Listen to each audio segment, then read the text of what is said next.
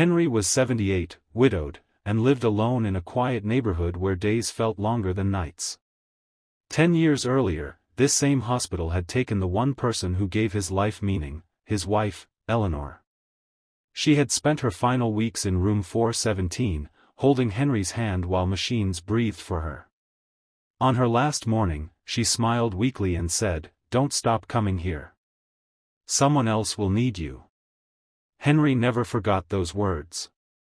So he came back. Every day. At first, he just sat in the waiting area. Then he noticed a young mother crying quietly near the elevators. He offered her a tissue.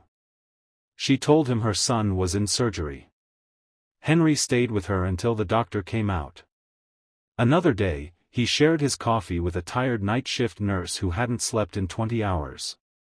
Slowly, without realizing it, Henry became part of the hospital's heartbeat. Some patients began to recognize him. Kids in the pediatric wing called him Grandpa Henry. He carried crossword puzzles for bored patients and listened to stories no one else had time to hear. But not everyone understood. Hospital security once stopped him, suspicious of a man with no visitor badge and no patient name. Henry calmly explained, "I'm just here to keep promises."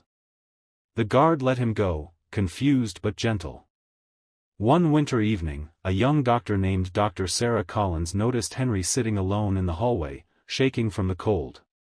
She asked him who he was visiting.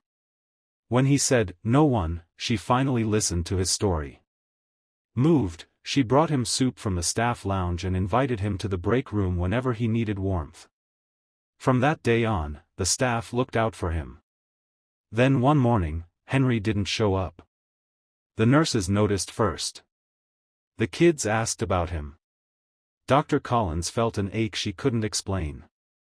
2 days later, they learned Henry had been admitted to the same hospital after collapsing at home. He was weak, scared, and alone, until the door to his room opened. Nurses, doctors, parents, even former patients walked in, one by one. They sat with him, held his hand, and thanked him for the comfort he had given when they needed it most. Henry smiled through tears. For the first time in years, he wasn't visiting the hospital for someone else.